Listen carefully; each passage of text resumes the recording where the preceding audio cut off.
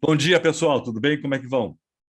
Gente, hoje na nossa varanda nós temos a Mariana Caetano, que é gestora do Fundo Agro da Capital, Capital, uma venture capital, uma empresa que trabalha na organização de fundos de investimentos para diversos negócios.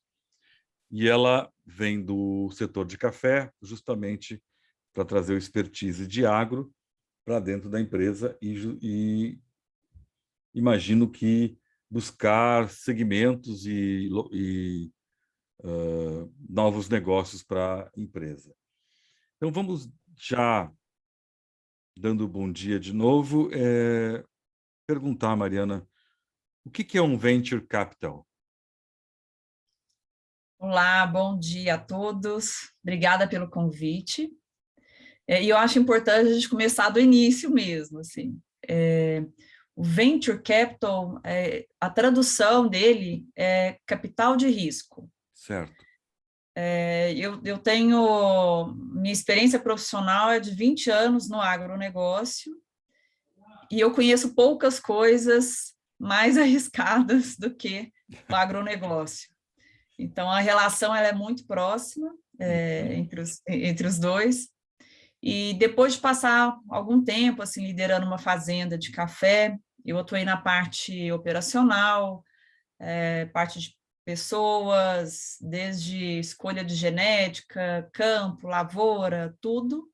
E Certo. sempre me incomodava muito a demora, né, da tecnologia para avançar. A gente, como é uma cultura perene, você precisava esperar ali 3 anos, às vezes, para saber se a variedade ia ter uma boa produção, porque é o tempo que a planta precisa. Uhum. E quando a gente fala, né, da área de grãos, assim, o tempo é muito mais rápido, você consegue fazer 2, 3 culturas aí no mesmo ano, então a chance de errar, acertar e corrigir, ela fica mais fácil, né? Ok. Então, isso é uma coisa que me incomodava muito, mas eu sempre achei que existiam maneiras de trabalhar isso, né? Então, como é que a gente ia avançar e sobreviver no mundo de cafeicultura?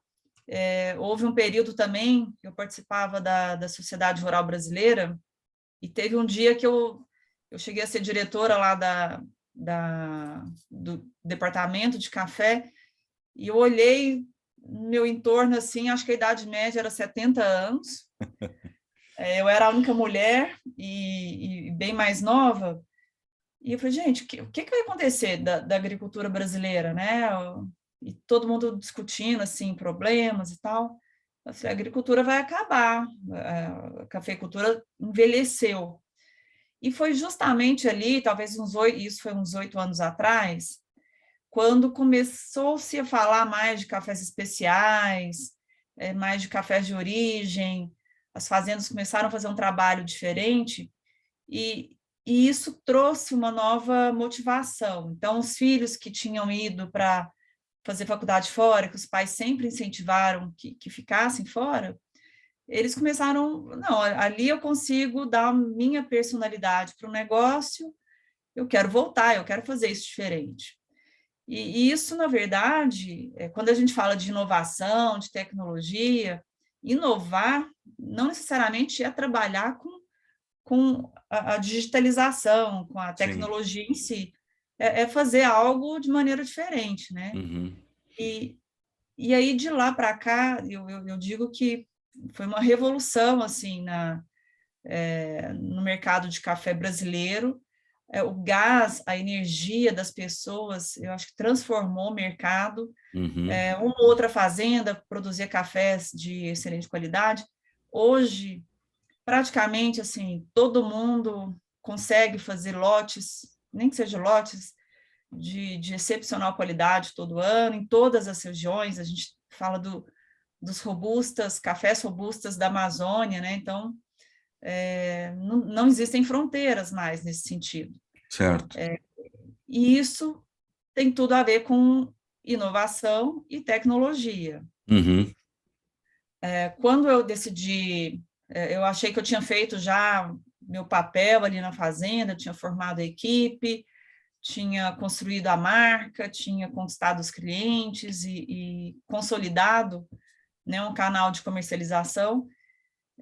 E me incomodava isso de muitas startups chegavam na fazenda para fazer algum experimento, e elas, de repente, você tinha que acoplar uma tela no trator, mas aí depois de horas e horas de trabalho, deslocamento, a empresa percebia que o trator cafeeiro, diferente de um trator de açúcar, ele não tem cabine.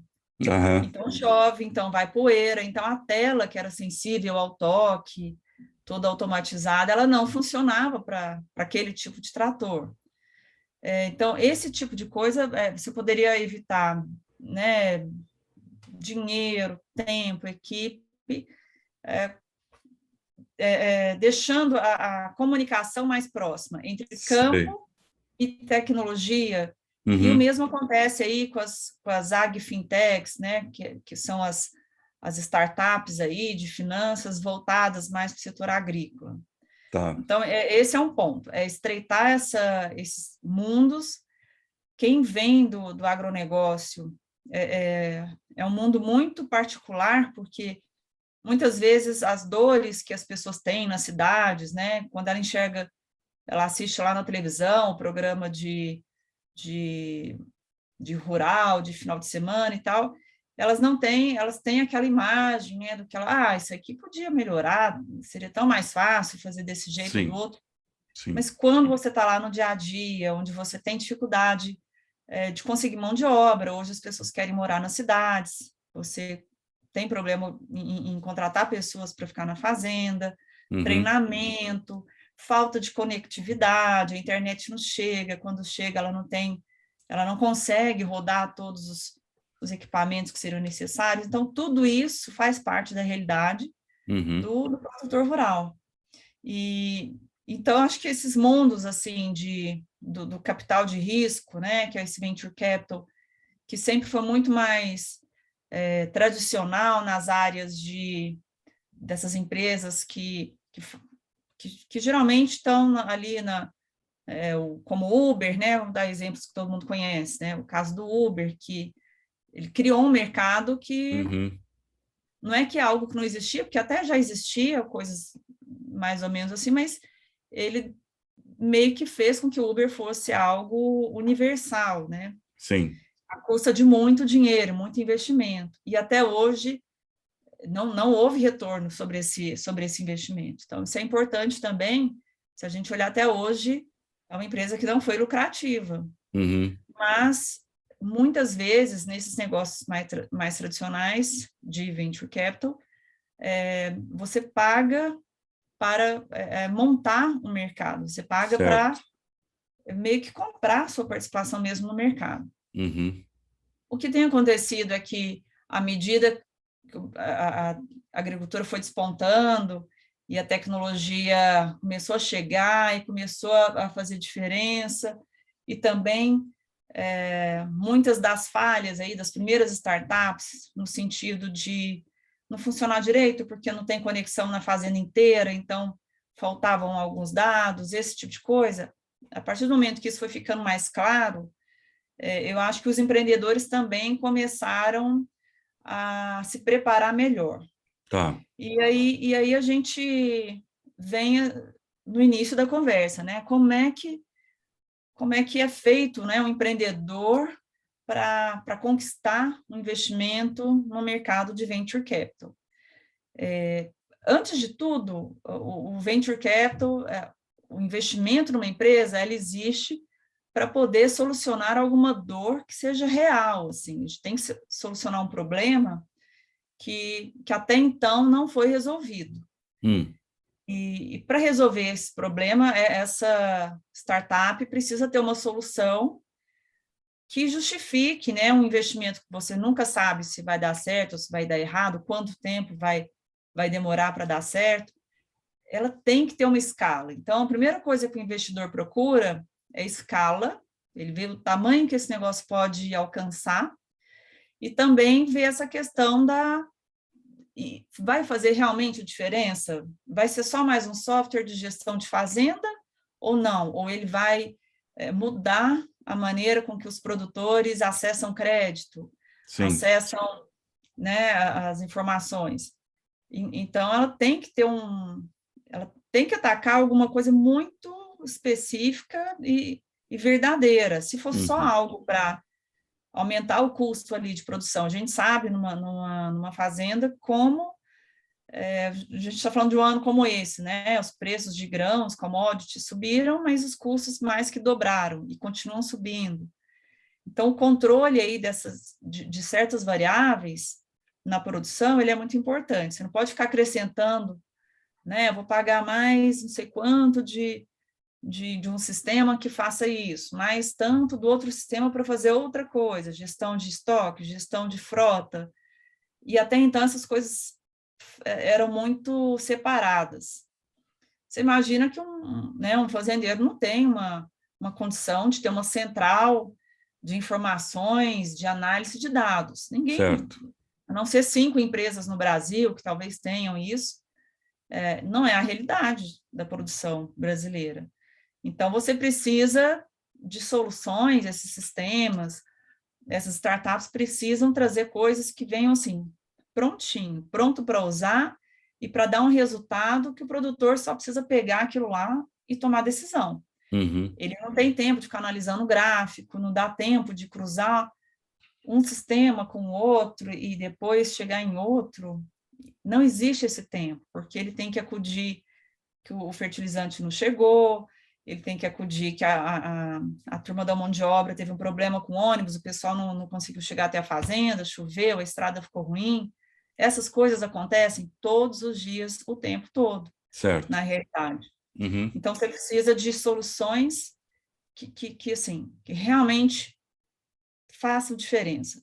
E isso é difícil de acontecer no agronegócio, porque geralmente essas soluções diferentes, assim, no caso você imagina o Uber, ele não tem nada, né? Assim, você não tem escritório, você não tem CLT, você simplesmente faz um cadastro e qualquer pessoa em todo o mundo pode se cadastrar, assim, você não tem que comprar nenhum equipamento.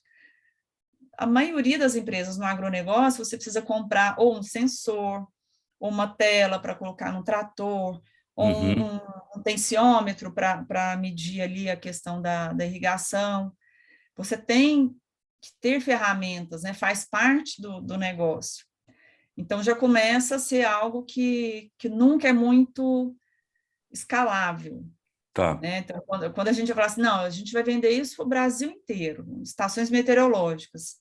Em tese, o Brasil inteiro precisa de estações meteorológicas. Mas veja quantos produtores conseguem comprar uma Uhum. estação meteorológica pelo preço das estações tradicionais. Então, para que isso seja uma realidade e você tenha mais assertividade na condição das fazendas, uma estação teria que mudar, ela teria que ser feita de outra maneira e materiais novos, aí que está a inovação, para que ela seja mais viável. Então, não é simplesmente assim, o Uber, em 6 meses, você consegue colocá-lo no Brasil, na América Latina toda. No agronegócio, não. Geralmente, você precisa ter equipamentos, ou você precisa ter alguém no campo que faça uma visita para fazer algum tipo de cadastro. Uhum. É mais complexo as agtechs, assim, a realidade no campo. E muitas vezes hoje, assim, a gente consegue ver, hoje existem muitos programas o Sebrae tem programas, assim, muito interessantes, de treinamento, as aceleradoras, né, que vão ali treinando os empreendedores, eles chegam com a ideia, né, então, às vezes um produtor, hoje tem muitos produtores que eu já vejo, assim, que estão criando negócios, eles têm uma Deixa, ideia. deixa eu te perguntar justamente nisso, assim, mas antes de te perguntar, a gente faz um intervalo rapidinho, toma um café e já volta. Bom, nós estamos aqui com a Mariana Caetano, que é gestora do Fundo Agro, da Capital, justamente falando sobre Venture Capital e como isso pode ser acessado pelo agronegócio. Nós estávamos falando um pouquinho antes sobre a chegada, por exemplo, num produtor de café. Se o produtor de café ou um grupo de produtores querem lançar uma marca, quer lançar um café diferenciado, ele consegue acessar um venture capital para atingir, sei lá, nichos ou para atingir mercados externos? Aí, dificilmente, eu vou te dar um exemplo, por exemplo, na Capital. Para fazer parte da nossa tese de investimento, o empreendedor precisa ter algum produto de propriedade intelectual muito específico. O Certo. que seja isso? O que seria isso? Só fazer, não, eu vou colocar os cafés na China ou em Uhum, algum mercado diferenciado, porque eu vou ligar o produtor direto com o importador. uhum, Isso aí eu vejo bastante, assim, vou tirar o intermediário, que é uma uhum, tendência que existe no mundo, né, essa desintermediação de negócios, e isso vem muito, assim, no comércio de grãos também. Eu vou tirar o intermediário. Mas aí eu pergunto, assim, hoje esse intermediário que existe no mercado ali de café, ele existe para financiar o produtor, que ele paga o produtor à vista, porque o comprador lá fora, ele demora uns 6 meses para fazer esse pagamento, esse uhum. torrefador. Você tem esse capital? Você tem esse giro financeiro? Aí, opa, não era isso que eu queria fazer, eu queria só ligar um a outro. Certo. Então, aí começam a surgir os desafios, assim, da cadeia, porque, queira ou não, Uhum, você pega os maiores exportadores, você tem empresas de 100, mais de 100 anos sim. de dados de mercado, né? São empresas muito sólidas, consistentes, que têm uma capacidade, num ano como esse, por exemplo, que você não tem container, está com problema para reservar navio, a chance de um produtor pequeno que começou a fazer uma empresa dessa para fazer uma venda direta assim para a Europa, conseguir reservar um container, ela praticamente não existe se comparar com uma empresa que reserva centenas a milhares de containers por ano, Uhum, há muitos anos. Então, esse é um problema. E o que eu vejo mais assim de possibilidades de produtores inovarem e conseguirem chamar atenção para receberem um financiamento, porque é até outra coisa, o venture capital ele não financia o negócio simplesmente. Você vende uma participação do seu negócio para esse certo. fundo. Uhum, E hoje, cada vez mais, a gente gosta de reforçar isso com os empreendedores. Quando você vende uma parte do seu negócio para um fundo, você tem que conhecer bem quem serão seus novos sócios, como é que eles vão poder te ajudar além do dinheiro, que uhum, é a principal diferença hoje, assim. Acho que dinheiro mesmo, esse financiamento, esse investidor anjo, ele está cada vez mais fácil de acessar, digamos assim. Agora, é, você ter um capital estratégico, alguém que te ajude no negócio, e o que a Capital faz, quando ela compra a participação nessa empresa, ela espera ajudar com a governança, ela espera transformar uma startup, onde geralmente o dono ele faz tudo, ele faz o financeiro, ele faz a contabilidade, ele faz o comercial e o operacional, né? uhum, Startup, a vida de startup é isso. uhum, As equipes são minúsculas no início, então o fundo chega, ele aporta um dinheiro, e isso já é bem definido e conversado antes, porque aí o empreendedor, que é quem conhece do negócio, ele fala, ó, eu preciso de gente para fazer o marketing, eu preciso construir agora uma nova unidade, uma nova fábrica de uhum. produtos biológicos, por exemplo, que é uma outra área que a gente procura bastante, que a gente acha muito interessante e de bastante potencial. Então, vamos montar uma nova fábrica. Isso aí já precisa estar desenhado quando você vai receber o dinheiro, já é um dinheiro meio que carimbado, e aí o fundo ajuda nessa estruturação. Desde o início, às vezes, você tem um empreendedor que faz tudo, o fundo avisa, fala assim, olha, a gente vai participar, mas aí nós vamos colocar um diretor financeiro para trabalhar com você está de acordo? Então, essas coisas, elas são muito claras, precisa estar muito claro, porque o fundo, ele vai ajudar essa empresa a crescer de maneira consistente, que ela esteja saudável, que ela transforme o negócio dela de maneira que ela tenha um grande potencial, para que depois aí de uns 5, 6 anos, ela possa ser vendida.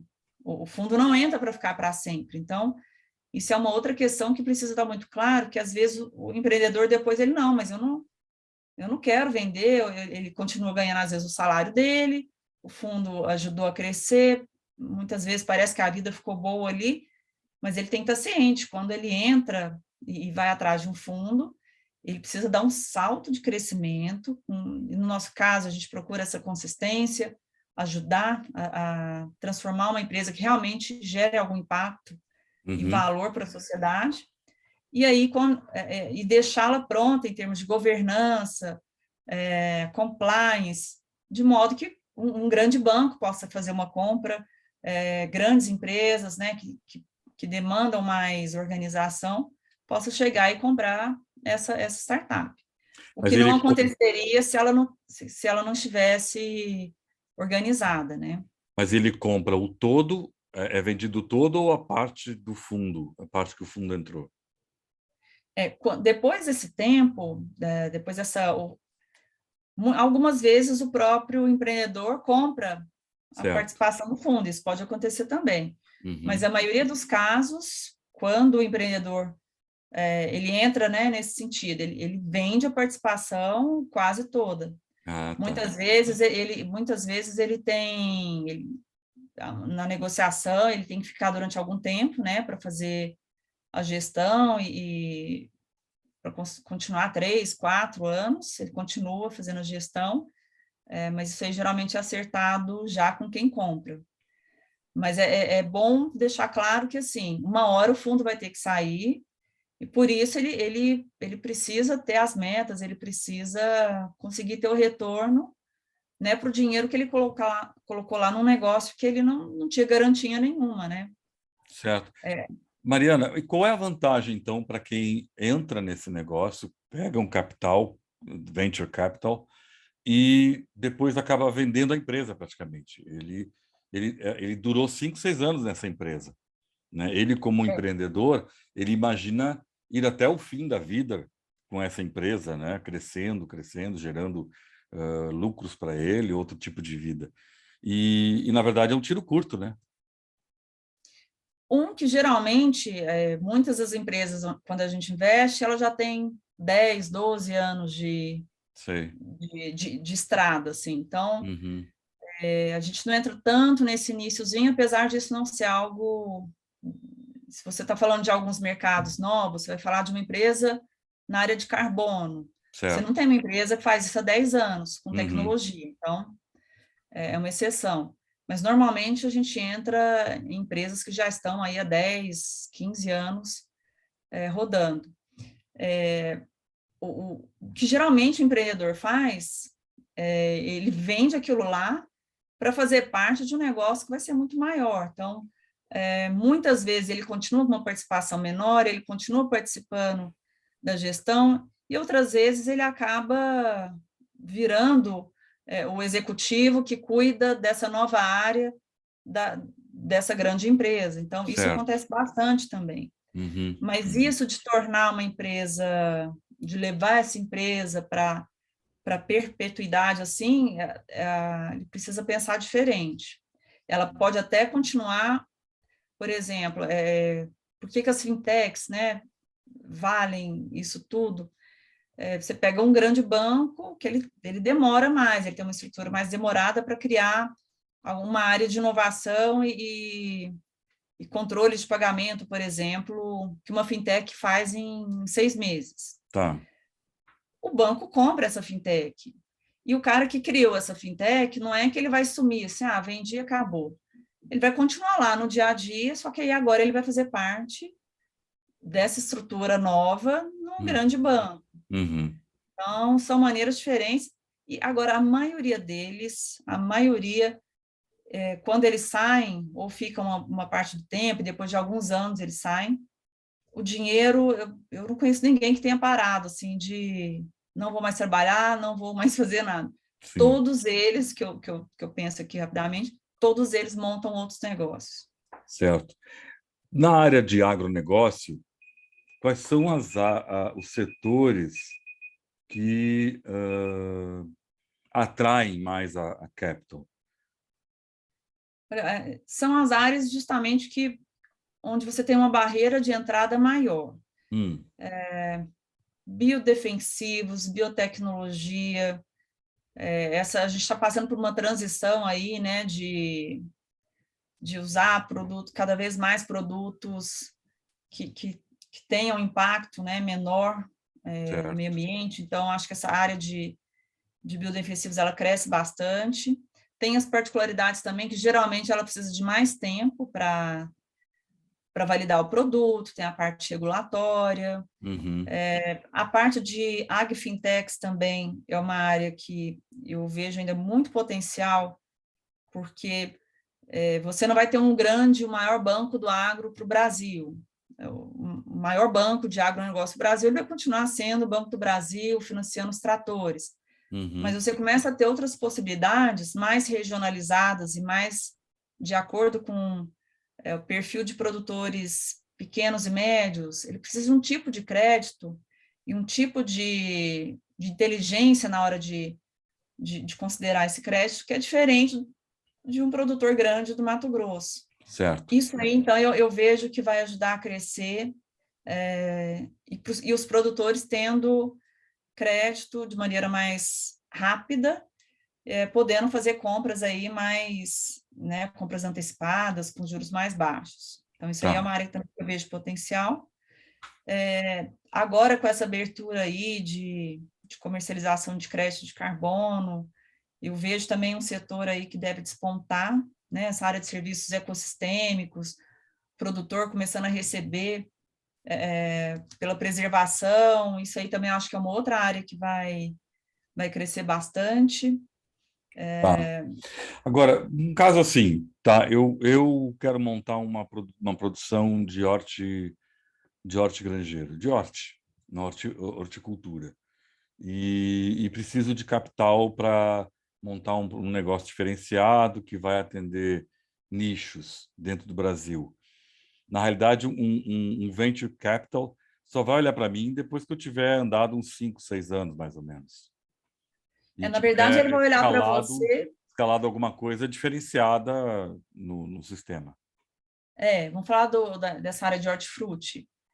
Você tem uma empresa que recebeu recentemente, é uma empresa que produz hortas em estufas em cima de shoppings, de prédios, Okay. dentro dos centros da cidade. Uhum. E isso aí é um negócio que atraiu venture capital, porque ele conseguiu montar toda uma estrutura de produção limpa, sem agroquímicos, de maneira quase que industrializada, no sentido de higiene, controle de temperatura, umidade, dentro de grandes centros, em cima de grandes prédios no meio da cidade. E também, com isso, ele desenvolveu softwares que fazem com que a logística de entrega também de uma cestinha de alface seja viável até chegar na sua casa, mesmo que você more perto ali do shopping onde ela está.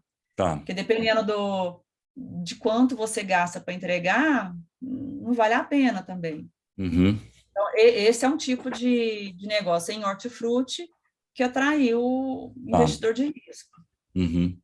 Quer dizer, o investidor de risco está olhando para negócios que já tenham uma perspectiva, que seja um diferenciado, que tenha uma tecnologia diferenciada e que vá fazer diferença na sociedade. Ele precisa fazer diferença. Certo. Se for apenas, quando eu digo apenas, no sentido de como é que eu faço para expandir o meu negócio agrícola? Aí você vai ter que procurar outras fontes, de repente até uma agfintech para fazer isso para você. De repente você vai ser um cliente de uma agfintech. Mas para você chamar a atenção de um investidor de risco, você realmente, ou você desenvolver uma genética de alface que não precisa de água, ou você desenvolveu um tipo de gel. Hoje já existe o gel, né, que você não precisa aplicar água, você deixar ele retém um pouquinho de água, mas materiais que vão facilitar a vida dos produtores em geral. Ou no caso vamos dar o exemplo de hortifruti, de agricultura familiar, Você consegue fazer a entrega de agricultores familiares nos grandes centros de maneira que seja viável, porque isso ainda é um grande desafio. Uhum. Mesmo as grandes redes, né? Você pega grandes redes de supermercado, ela ainda perde muito tempo com frete, a logística, tem o desperdício, Sim. acho que todo mundo já andou atrás de caminhão de comida, né? O tanto que se perde aí na estrada. Então, o que você pode criar para resolver esse problema? É nisso Tá. daí que ele vai ter interesse. Ok. Gente, vamos fazer um rápido intervalo e já voltamos. Estamos aqui de volta com a Mariana Caetano, falando sobre capitais de risco e como eles se inserem no agronegócio. E eu quero ver contigo o seguinte, já que nós estamos falando de coisas que são diferenciadas, por exemplo, na horticultura há muitas perdas no pós, né? Por exemplo, todo mundo deve comprar folhosas em casa e ver que daqui a 5, 6 dias elas estão podres, né? Então, se eu tiver uma tecnologia ou queira investir numa tecnologia de uma genética que faça maior permanência desse pós, é possível ter um venture capital. Eu acho que esse é muito do modelo dessas hortas urbanas, por exemplo, Tá. mas hortas urbanas que hoje você tem hortas desde, que acho que é fantástico, principalmente para distribuição de alimentos para Uhum. famílias, né, que precisam não têm condições de comprar comida, que é aproveitar esses terrenos baldios aí no meio da cidade, mas a horta urbana com tecnologia, que é Tá. aquela produzida com Uhum. controle de temperatura, umidade. Certo. Nesse caso aí, por exemplo, acho que todo mundo, como o exemplo que você deu, as casas geralmente têm menos pessoas nas casas, né? Aquelas famílias de 5 filhos, 4 filhos, e isso aí não existe mais. Então, hoje você tende a comprar variedades que elas já vêm. Eu compro aqui, por exemplo, de um terreno que era vazio, aí o empreendedor montou lá essa horta, ele tem um cestinho de compostagem que ele dá para um minhocário, vem com o Uhum. cestinho prontinho, um minhocário. Meu marido vai lá, se você quiser fazer a coleta do seu hortifruti, você faz, você pode você mesmo banhar seu alface e tal. Você vai, aí você traz essa cestinha para casa, joga os resíduos, faz a compostagem, leva para lá, que ajuda a fazer o ciclo novamente. Tá. Isso aí é uma maneira de inovar também dentro dos grandes centros, sem precisar de tanto recurso, sem precisar de um fundo para fazer o investimento, porque dificilmente você consegue escalar isso. Quando a gente fala dos investimentos, para você fazer a conta do retorno, né, de um aporte desse, você tem que fazer a conta, o negócio tem que crescer demais. Uhum. Então, geralmente não é um negócio que vai super escalar. Existe um mínimo que os venture capital gostam de investir? 500 mil, 1 milhão, uma coisa assim, ou não? Existem perfis diferentes de empresa. Existem empresas que investem na ideia, né? A gente fala, né? Vai investir no PowerPoint, então ela está investindo ali bem no iniciozinho, e geralmente ela entra com menos. Tá. Muitas vezes são até investidores anjo, que, Uhum. né, ele coloca 5 mil, 10 mil, Tá. quando o negócio está muito no início. À Uhum. medida com que essa empresa ela começa a ganhar mais corpo, ela já começa a ter faturamento, ela começa a atrair outros perfis de empresas. Aí os cheques vão aumentando, aí você tem investimentos a partir de 50 mil, 100 mil, e você tem também, no caso da Capital, geralmente é em torno de 1 milhão, 5 milhões a 10 milhões, de 1 a 10 milhões, Tá bem. dependendo muito do perfil da empresa. Mas você tem empresas, principalmente as internacionais, que descobriram o Brasil, que vieram para o Brasil agora de maneira muito mais forte, que só investem a partir de 50 milhões, que elas estão Uhum. acostumadas a investir em negócios muito grandes. Tá bem. Tá bem. Gente, eu vou ter que encerrar a nossa prosa, porque ela é maravilhosa, mas o tempo é curto, né? E eu vou agradecer a Mariana pelo tempo que ela dispôs para a gente tentar esclarecer um pouquinho desse mercado de risco, investimentos, capital de risco, para nós que estamos aqui ouvindo e sonhando com algum empreendimento. Mariana, muito obrigado pelo teu tempo. Eu espero que a gente possa voltar numa breve oportunidade. Eu agradeço e espero poder ter contribuído. E é um assunto que está em plena evolução. Então, a gente vai continuar, a gente aprende aí todo dia também.